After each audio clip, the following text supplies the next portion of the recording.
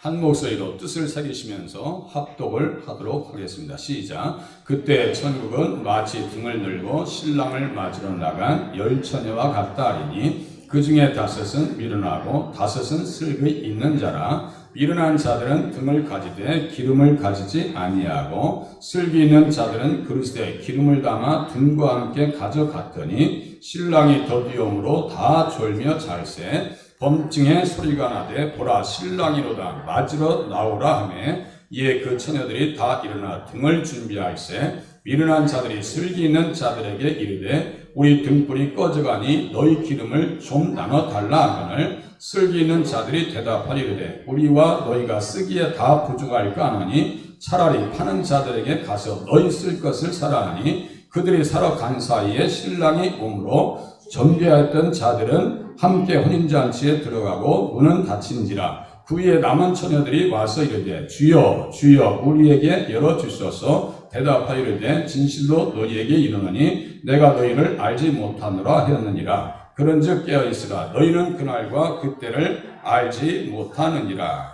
아멘. 말씀의 제목은 주고 있는 대로 신랑 예수님을 맞을 준비다 그랬어요. 우리가 너무나 잘 아는 말씀이죠. 그런데 지금 제가 한 주간 동안 이렇게 말씀을 묵상하고 연구하면서 야 정말 이 말씀이 풍성하구나. 너무너무 풍성하구나. 배울 것이 너무너무 많구나 라고 하는 것을 깨닫고 다 가슴에 품지 못하고 이 자리에 왔습니다. 품은 만큼 여러분들에게 풀어드릴 겁니다. 유대인들의 결혼 풍습과 본문 말씀은 깊이 관련이 있습니다. 예수님께서는 24장에서 다시 오실 마지막 때의 현상들에 대해서 가르쳐 주십니다. 현혹되지 마세요. 그 안에 들어가면요 성경 가지고 막 나눕니다. 다 가짜입니다. 다른 복음이고 다른 예수고 다른 영입니다. 현혹되면 안 돼요. 마지막 때의 현상 속에 뭐라고요? 나는 그리스도로 하여 많은 사람을 미혹하리라. 굵직굵직한 교회들 인수하고요. 현혹되지 아니하시길 바랍니다. 마지막 때가 되면 서로 미워할 것이다 라고 써있어요. 서로 사랑하기가 쉽지 않다. 복음이 모든 민족에게 전파될 것이다. 마지막 때가 되면 우리가 가슴에 금방 이해할 수 있는 말씀, 전염병이 있겠고 지진과 기근이 따를 것이다 그랬어요. 엊그저께 지진 나가지고 터키 쪽에 쓰나미 있었다고 그러죠. 대형 지진이 일어납니다. 우는 파도 소리를 들을 것이다 라고 써 있어요. 그리고 25장에서는 마지막 때를 준비하라고 3가지 비유를 통해서 우리에게 가르쳐 주십니다. 10처녀 비유를 통해서는 등불에 기름을 준비해라. 달란트 비유를 통해서는 받은 바 직분에 충성을 다하라. 마지막 결산의 때에 주님께서 오셔서 잘하였다. 착하고 충성된 종아 이 한마디 들을 수 있도록 늘 직분에 헌신하라는 얘기예요. 잘했다. 그 한마디면 되지 않겠어요? 너 수고했어. 고생했어. 양과 염소의 비유를 통해서는 어떠한 사람이 되어야 하는가를 우리에게 가르쳐 주십니다. 10처녀 비유를 통해서 좀 더 깊이 보면 재림의 때 어떻게 준비해야 되는지 같이 한번 알아보기를 원하는데요. 유대인들의 결혼은 신랑의 집에서 일주일 동안 이루어집니다. 창세기 29장 27절에 보면 라반이 라헬을 주는 조건으로 7일을 채우라 그래요. 이 7일이 어떤 기간인지 아십니까? 혼례 기간입니다. 7일 동안 이루어집니다. 사사기 14장 17절에 보면 삼손하고 블레셋 여인의 결혼 기간 7일 동안 그들이 잔치할세 이렇게 써 있어요. 7일 동안. 그리고 이 본문에 나타난 10처녀 비유는 결혼 자체가 아닌 결혼식을 준비하는 예비 과정입니다. 그래서 10처녀는 신부의 친구이고 들러리입니다. 지금 신부는 안 보입니다. 지금 안 나타나고 있어요. 다 들러리예요.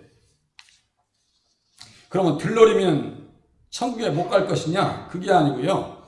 시편 45장 14절에 보면은 수놓은 옷을 입은 그는 왕께로 인도함을 받으며, 왕께로 인도함을 받으며, 그 신부예요. 그리고 시종하는 친구 처녀들도 이렇게 써 있어요. 시종하는 친구, 이게 들러리입니다.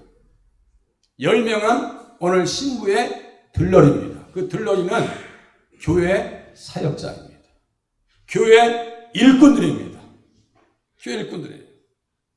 그러면 왜 10명이냐? 왜 10명인가? 이것은 공식적인 일을 수행하기 위한 최소한의 숫자입니다. 회당에서도 10명은 더야 예배를 드릴 수 있대요.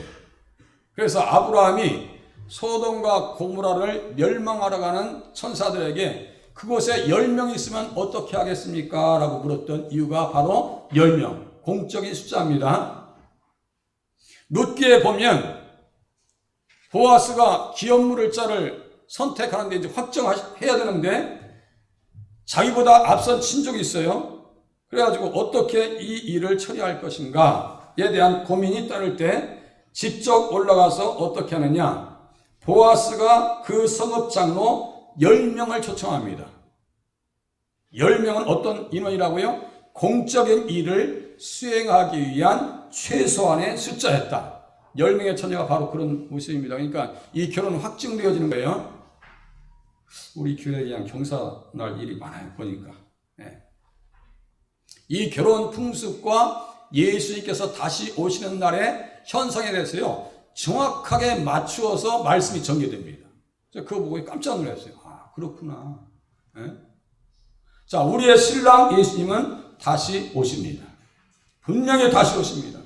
워낙 이단들이 뭐 재림 예수, 휴거 하도 그냥 그걸 가지고 그냥 눈을 흐려놔가지고 우리 기독교인들이 좀 무뎌졌는데요. 절대 그렇지 않습니다. 재림신앙 가지고 신앙생활 꼭 하셔야 됩니다. 재림신앙이 너무너무 중요해요. 그때 천국은 마치 등을 들고 신랑을 맞으러 나간 10처녀와 같다 하리니 이렇게 써 있어요. 그때 어떤 때예요? 예수님 오시는 때. 예수님 오시는 때입니다. 유대인들은 그 당시에 성인이 되면 결혼할 수 있었고 1년의 정원 기간을 갖는데 이때 남자는 여자에게 선물을 줍니다. 정원을 하면. 그 다음 유대인들은 13세가 성인이에요. 우리나라도 좋은 그 풍습이 있었죠. 그 당시에 13살이면 결혼할 수 있었고요. 정원 기간을 1년을 잡습니다. 1년을. 그때 뭘 준다고요? 여자에게 선물을 줍니다. 우리 주님께서 우리에게 선물 주셨어요. 그 선물이 무엇이냐? 에베소서 4장 8절, 제가 이 말씀 가지고 설교 한번 했었습니다. 그러므로 이르기를 그가 위로 올라가실 때 사로잡혔던 자들을 사로잡으시고 사람들에게 선물을 주셨다 하였도다. 할렐루야. 이게 지금 실감 안 나죠? 이 선물이 뭐예요? 잘 말씀 잘 하시네요.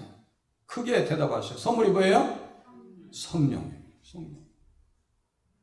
우리는 그러니까 지금 예수님과 어떤 관계에 있어요? 정원 관계에 있는 줄로 깨달으시기를 바랍니다.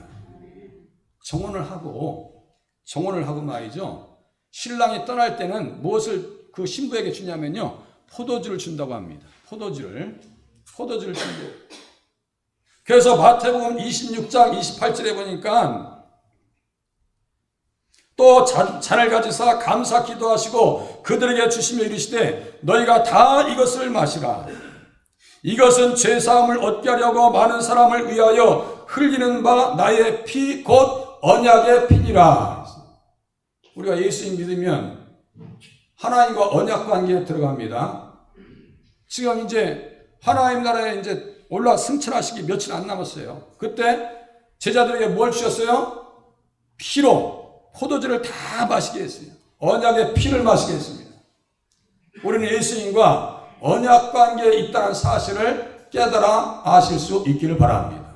내가 너를 지켜줄 거야.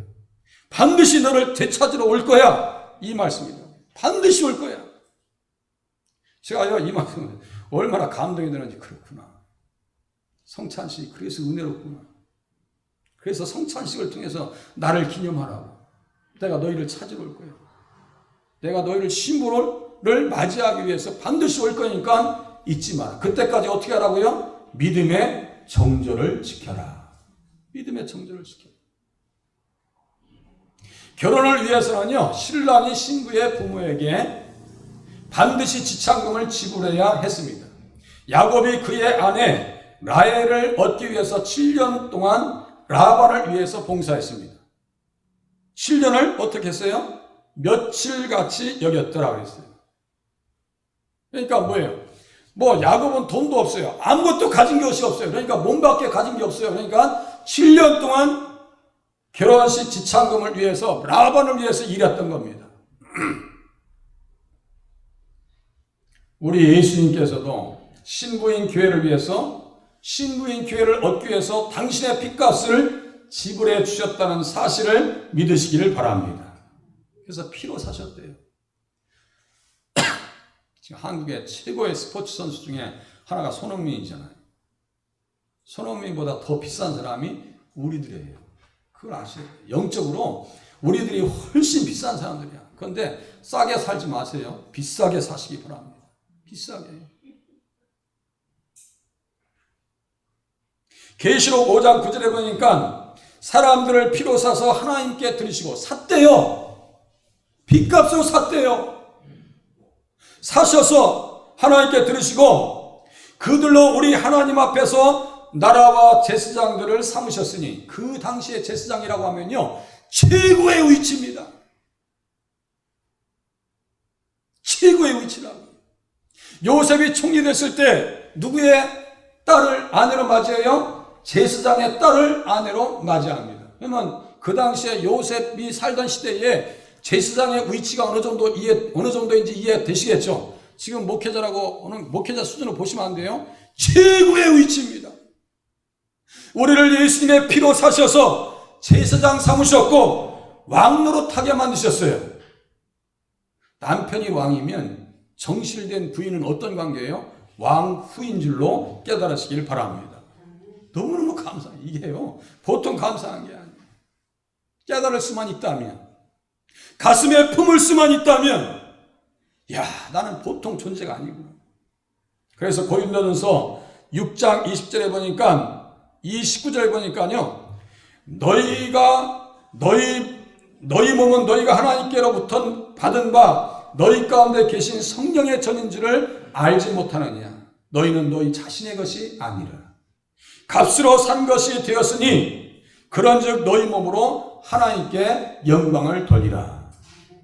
이게 값이 보통 값이 아니라니까요. 이 값을 쫓아가면요, 예수님 피값이 딱 떨어져 나옵니다. 피예요, 피.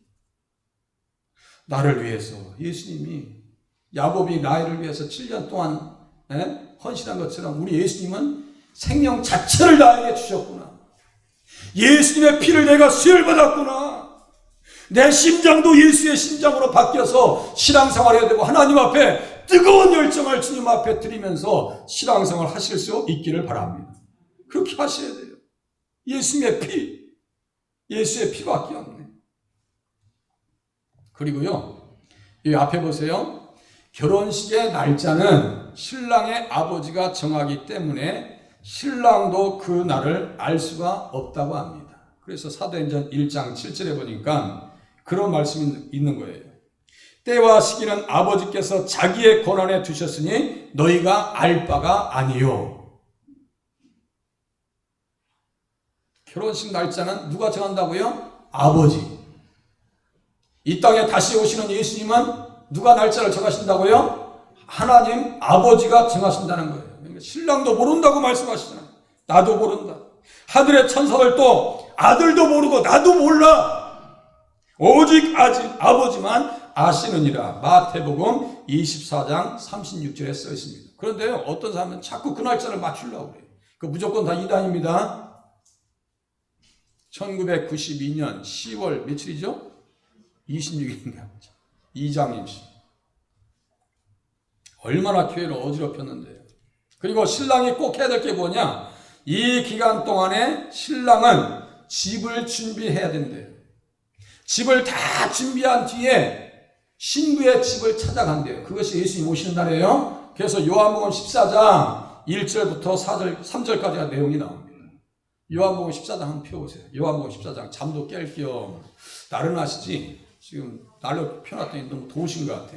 요한복음 14장 잠도 깰 겸 예수님이 집을 준비하고 신랑이 신부를 맞으러 오려면요 집을 준비하지 않냐고는 올 수가 없대요.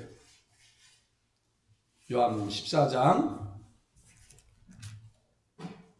1절부터 3절까지 같이 한번 읽으시겠습니다. 시작. 너희는 마음에 근심하지 말라. 하나님을 믿으니 또 나를 믿으라. 내 아버지 집에 거할 곳이 많도다. 그렇지 않으면 너희에게 일렀으리라. 내가 너희를 위하여 거처를 예비하러 가노니 가서 너희를 위하여 거처를 예비하면 내가 다시 와서 너희를 내게로 영접하여 나 있는 곳에 너희도 있게 하리라.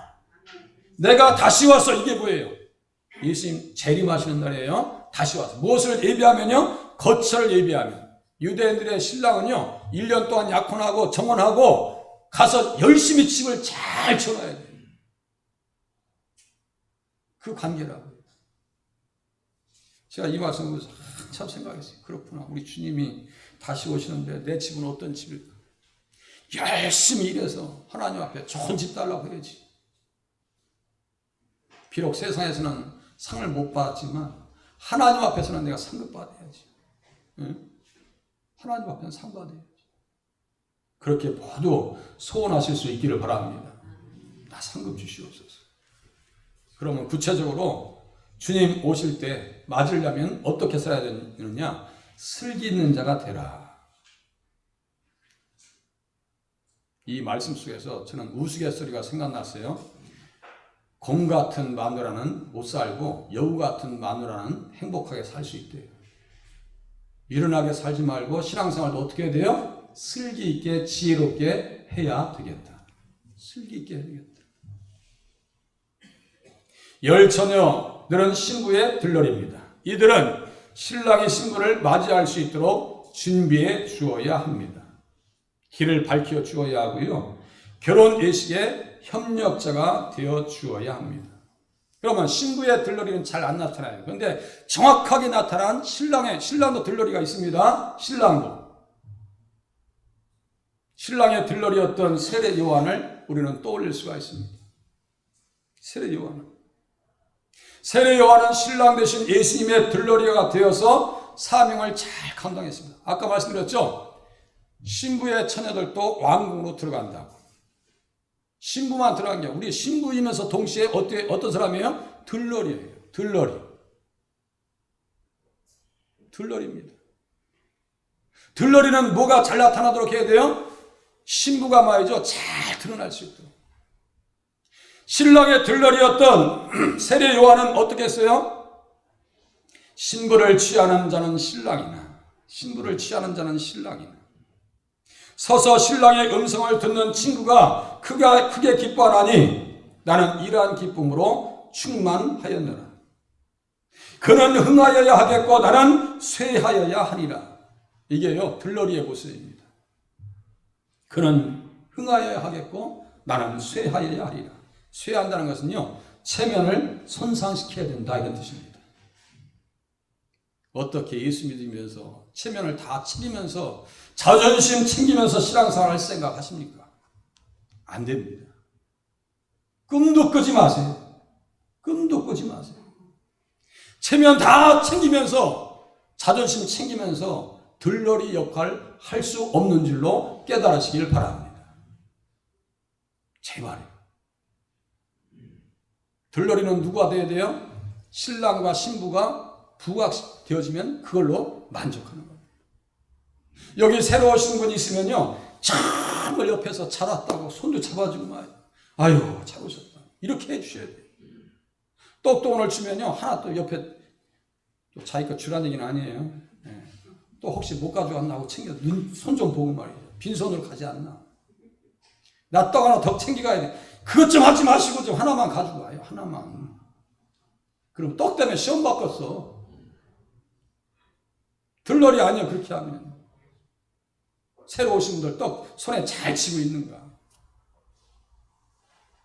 가서 얼굴도 좀 들여보고 말이죠. 들여다보고 아이고 어째 이렇게 잘 오셨어요. 자꾸 얘기하시고. 우리 새로 오신 분들 몇 분 계시네요. 쓰담쓰담 가서 마음으로 좀 영접해 주시기 바랍니다. 그는 흥하여야 하겠고 나는 쇠하여야 하리라. 쇠하다는 건 뭐예요? 체면점 손상되고. 그래서요, 요한은 켜서 비추는 그 시대의 등불이었습니다. 등불이었습니다. 심지어 말이죠, 세례 요한과 예수님은 쌍벽을 이룹니다. 얘들아, 세상에서 나를 누구라고 하더냐? 그랬더니 맨 먼저 답이 나온 내용이요, 더러는 세례 요한이라고 하더이다. 그럼 무슨 말이에요? 세례 요한과 예수님은 거의 쌍벽을 이루었다는 얘기예요. 그런데 세례 요한은 어떻게 살았어요? 광야에 외치는 소리로 사명을 감당하다. 형장에서 목이 잘리워서 예수님 나타날 수 있도록 하고 사라집니다. 그때 예수님 어떻게 하셨어요? 빈들에 가십니다. 빈들에 가셔서 세례 요한의 영혼을 얼마나 위로하셨을까요? 생각해 보세요. 그래, 사명 다 감당하느라고 애썼다. 주님이 위로하시지 않겠어요?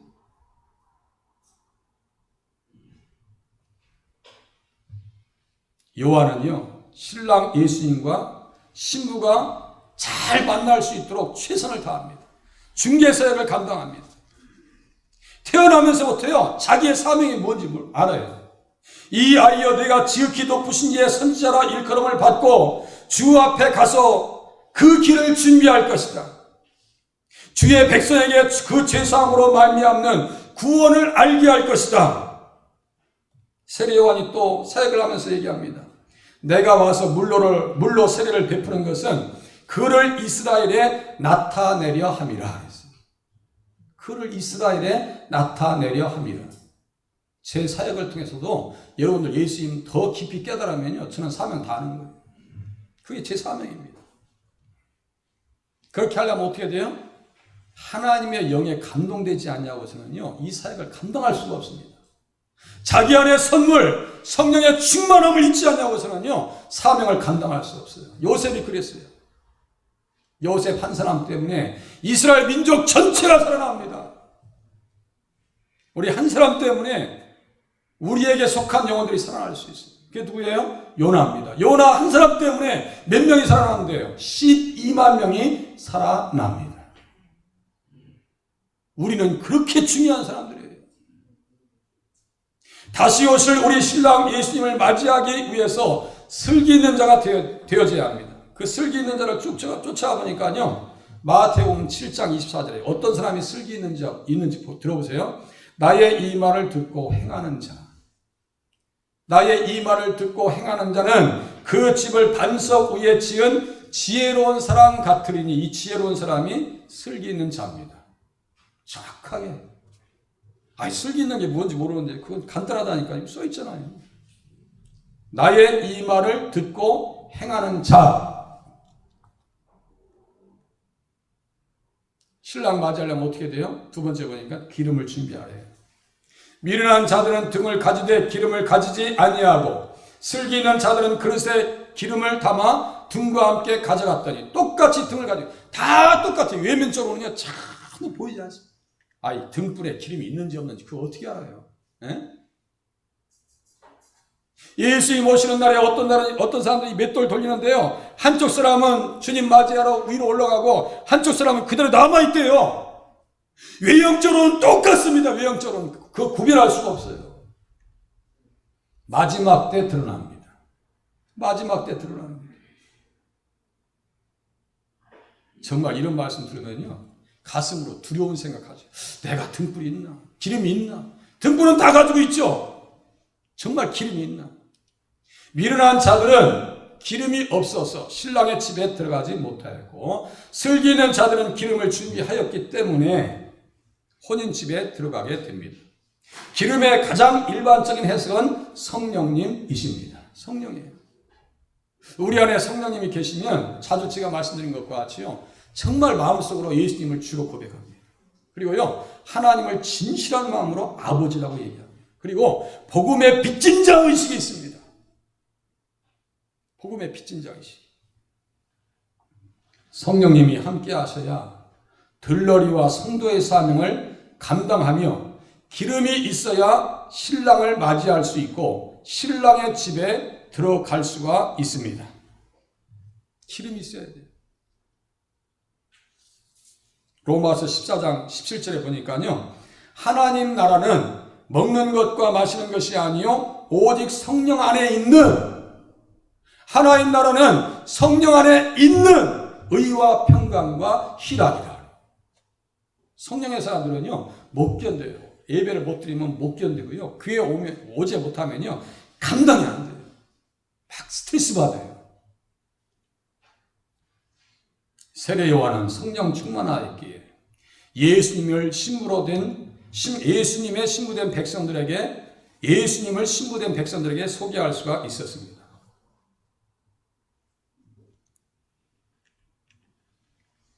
신랑 예수님을 맞으려면 어떻게 해야 돼요?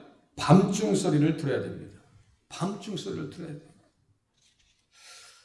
신랑이 더디움으로 다 졸며 잘세 밤중에 소리가 나되 보라 신랑이로다 맞으러 나오라 하매 써 있어요. 유대인들의 결혼 예식은요 밤중에 이루어집니다. 왜 그런지 아세요? 이유는 결혼식 전날에 하루 금식하고 하나님 앞에 속죄한 후에 밤중에 예식을 시작합니다. 그러니까 전날에 금식했으니까 밤중부터 예식이 시작되는 거예요. 밤중에. 그리고 결혼식 중에는 금식하는 게 아니에요. 그리고 그 속죄를 어떤 속죄일이냐 봤더니 개인적 대속죄일이다라고 합니다. 개인적 대속죄일이다라고 얘기하더라고요. 신랑이 신부의 집에 도착할 때는요 나팔소리와 함께 찾아온다고 합니다. 다 졸며 잤지만 지혜로운 처녀들은 밤중에 들려오는 소리를 듣고 신부의 집, 그 장소 그 시간에 신랑을 맞이합니다. 결정적인 순간에. 하지만 어리석은 처녀들은요 신부의 집을 떠납니다. 아니 신앙생활 잘하다가 왜 예수님 오실 때 교회를 떠났냐고요. 참 생각해보세요. 이 사람들 불쌍한 사람들 아니에요? 아니 다윗 옆에 열심히 끝까지 쫓아다녀. 그게 누구냐면요 요압이에요. 요압. 제가 요압 같은 사람 되면 안 된다 했죠. 일도 잘합니다. 다윗에게 눈빛만 봐도 벌써 자기가 움직일 줄 알아요. 그런데 마지막에 가서 그 언약을 이해하지 못해요. 그래서 버림받습니다. 제단 뿔 잡고 죽임당한 사람이 요압 장군입니다. 그런데 아브넬 장군 있죠? 두 장군을 비교해 보시죠. 아브넬 장군은요 그야말로 개차반이야. 이게 뭐 도대체가 아닌 거 생활 자체 권력 가지고 뭐 그냥 어깨에 그냥 힘내고 그랬는데요 이 사람 분위기 파악할 줄 알아요. 아브넬은 분위기 파악할 줄 알아요. 어떻게 하는지 아세요? 이스라엘 10지파들을 말이죠 다 다윗에게 붙이려고 옵니다. 잘한 거예요 못한 거예요? 이스라엘 백성들을 다윗에게 딱 붙이려고 온다니까요. 다윗에게 붙였다는 것은 다윗의 복음에게 붙였다는 얘기고 예수님에게 붙였다는 말이 됩니다. 아시겠어요? 그 뜻이에요. 그래서 아브넬이 요압에 의해서 죽임을 당했을 때 다윗이 그렇게 통곡하고 울었던 겁니다. 야, 이 사람이 정말 믿음의 공동체를 세우려고 했던 사람인데 이 사람이 정말 교회를 위한 사람이었는데 라고 아브넬이 죽었을 때요 가슴에 통렬하게 울으면서 그 사람을 위해서 장례식을 치러줍니다. 요압 장례식 치러졌겠어요? 안 해줬겠어요? 갖다 묻어. 이러지 않았겠어요? 요압이 아브넬을 죽었을 때 온갖 저주를 선포합니다. 우리들은요 마지막 순간까지 주님을 섬기는 자리, 일꾼의 자리를 포기하지 아니하고 신랑 예수님을 맞이하실 수 있기를 바랍니다. 그게 성경이에요. 잘하다가 왜 끝에 가서 마지막 나팔 소리와 함께 우리의 영원한 신랑 예수님께서 이 땅에 오십니다. 마태복음 24장 30절 31절에 보니까요. 그때 인자의 징조가 하늘에서 보이게 했고. 넘겨보세요. 오늘 본문이니까 보세요. 자, 마태복음 24장 30절.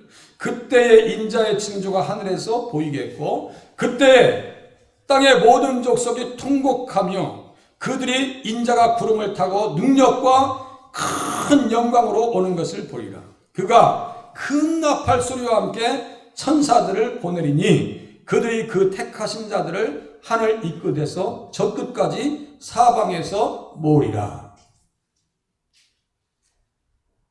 이 결정적인 순간에 신부의 집이 없다니까요. 기름 사러 갔어요. 기름을 어떻게 사요? 그거를 성령님을 어떻게 사냐고요?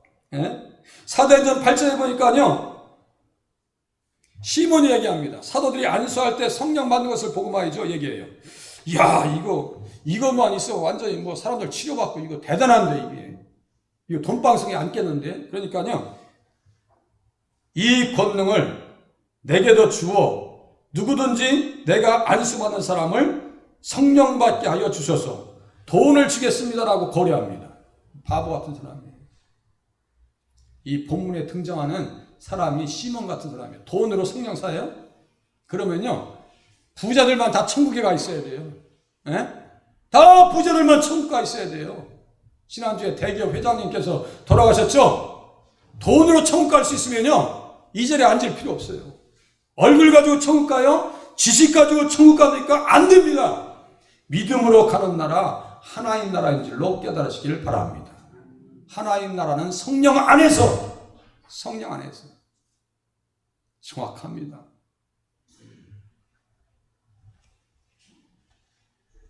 주께서 호령과 천사장의 소리와 하나님의 나팔 소리로 치니 하늘로부터 강림하시니 그리스도 안에서 죽은 자들이 먼저 일어날 것이래요. 이것이 우리의 소망입니다. 그죠? 그리스도 안에서 죽은 자들이 일어날 것이야. 죽어도 사는 은혜.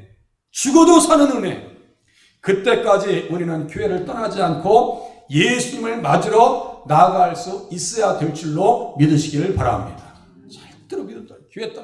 절대로 교회 떠나지 말아요. 발로 차도 떠나지 마시고 상처를 받아도 떠나지 마시고 넘어져도 떠나지 마시고 미혹이 들어와도 떠나지 마시고 끝까지 자리를 지키시면서 신앙생활 하실 수 있기를 바랍니다. 이제 마지막이라는 단어가 항상 기다려지죠. 그런즉 깨어있으라. 너희는 그날과 그때를 알지 못하니라. 마지막 때를 위해서 예수님께서는 깨어있으라, 예비하고 있으라, 준비하라 라고 명하십니다. 주의 날은 도적같이 임할 것이기 때문입니다. 도적같이 임할 것이다.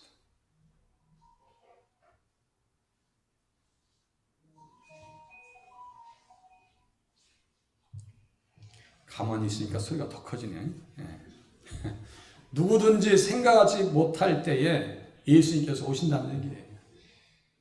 주님 만날 때를 준비하기 위하여 초대교회 성도들은요 늘 재림신앙으로 무장되어 있었습니다. 그래서 고린도전서 16장 22절에 보니까요 만일 누구든지 주를 사랑하지 아니하면 저주를 받을지어다. 우리 주여 오시옵소서. 또는 우리 주께서 임하셨도다. 우리 주여 오시옵소서. 이게 뭔지 아십니까? 마라나타예요. 우리 복음성가 있죠? 마라나타 이거 있죠? 이게 고린도전서 16장 22절의 말씀이고 그 말씀 앞에 우리 주여 오시옵소서. 초대교회 성도들은 그렇게 살았습니다. 그리고 그 앞에 중요한 말씀이 있어요. 만일 누구든지 주를 사랑하지 아니하면 믿지 아니하면 저주를 받을지어다. 저주 받는다는 것이 어디에 나와 있는지 아세요? 신명기 7장에 진멸당할 것이다 라고 하는 말씀과 똑같아요. 여러분들 지금 여호수아를 지금 새벽에 강의하고 있거든요. 여호수아가 들어가서 왜 가나안 7 족속들을 왜 다 진멸시키는 거예요? 그 사람들.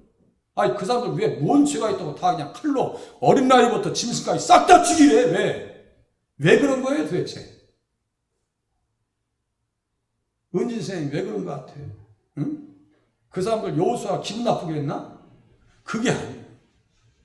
그 사람들에게요 675년 전에 아브라함을 통해서 말씀하셨습니다. 너희들 그렇게 죄 짓다가는 끝난다.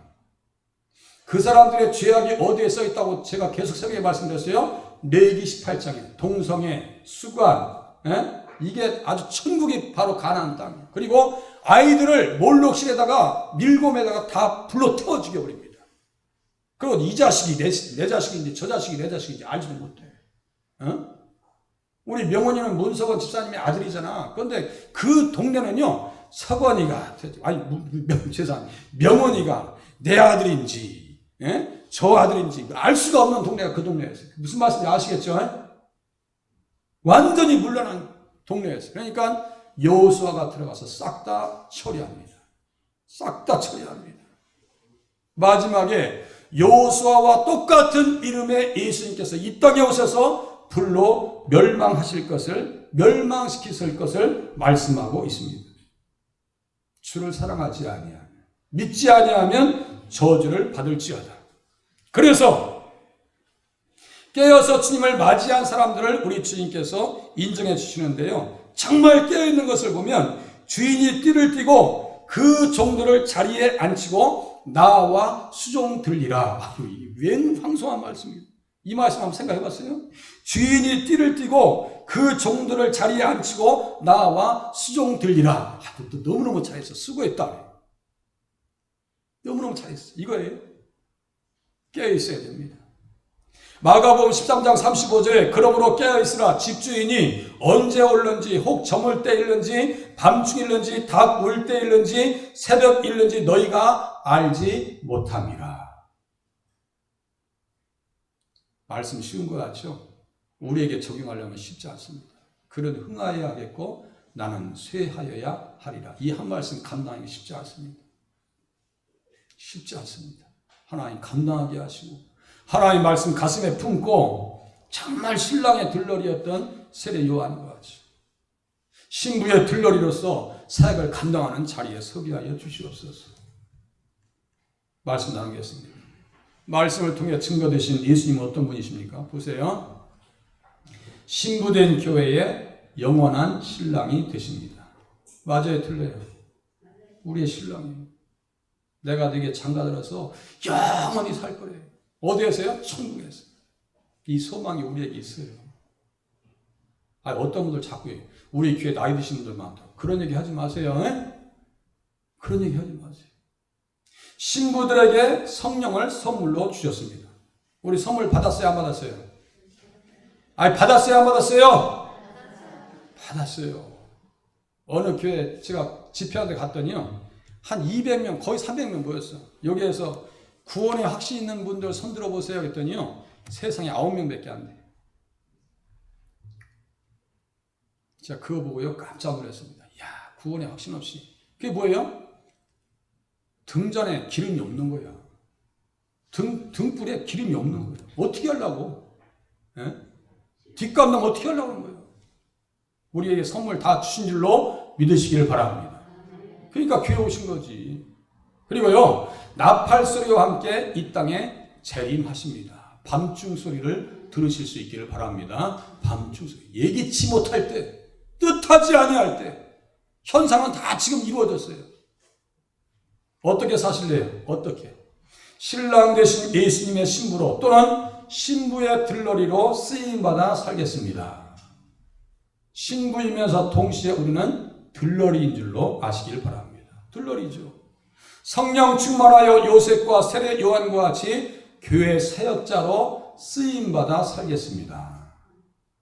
마라나타의 신앙으로, 마라나타 신앙이 뭐예요? 주 예수여 오시옵소서. 우리 주님 임하십니다. 마라나타의 신앙으로 예수님을 맞이할 준비하여 살겠습니다. 준비하세요. 예수님 오시지 않냐면 내가 예수님 앞에 갑니다. 그죠? 우리들이 예수님 앞에 가는 게 빠를지 예수님 우리에게 오시는 게 빠를지 그건 알 수가 없어요. 그죠? 둘 중에 하나예요. 그런데 대부분 보니까 예수님 앞에 먼저 가시더라고요. 왜 그렇게 하시느냐? 아직도 회개할 영혼들이 많이 있기 때문에. 아직도 회개할 영혼들이 많이 있어요. 그런데 그 순간도 멸망의 그 순간도요. 그 롯의 처의 사이들은요. 우습게 농담으로 여겨요. 지금 세상 사람들이 가서 예수님 오신다고 하죠? 다 비우세요. 댁이나 잘 믿으시오 그래요. 그 마지막 순간, 그죠? 한편의 강도도 똑같아. 그 마지막 순간, 그 몇 분 남지도 않았어. 예수님 운명하셔야 돼. 그 마지막 순간에 한편의 강도는요, 당신의 나라에 임하실 때 나를 기억하여 주시옵소서. 이렇게 써먹는데 한편의 강도는 끝까지 욕해. 세상에 인생에 딱 두 인생밖에 없어요. 어떤 인생입니까, 우리들은? 어떤 인생인 것 같습니까? 신앙생활이요, 대충 할 일이 아닙니다. 아침에 제가 말씀드렸어요. 신앙생활이요, 느슨한 것 같죠? 신앙생활처럼 타이트한 게 없습니다. 신앙생활처럼 그야말로 막 스릴 넘치는 게 없어요. 긴박한 게 없어요. 중세시대 아가씨들이 그 허리를 얇게 하려고 막 이 다 쪼아댔죠, 이렇게. 우리 기능성 속 입으신 분들 좀 마음에 찔릴지도 모르겠어. 팍 쪼여가지고 막 맨살 안 보이게 허리 짧게 보이려고. 그것보다 더 타이트한 게 신앙생활입니다. 가만히 생각해보세요. 어떤 기도하시겠습니까? 정결한 신부가 되게 하소서. 기름 성령으로 충만하게 하시고 깨어있는 신앙생활 하게 하시옵소서. 다 같이 말씀을 생각하시면서 읊조리면서 기도하시겠습니다.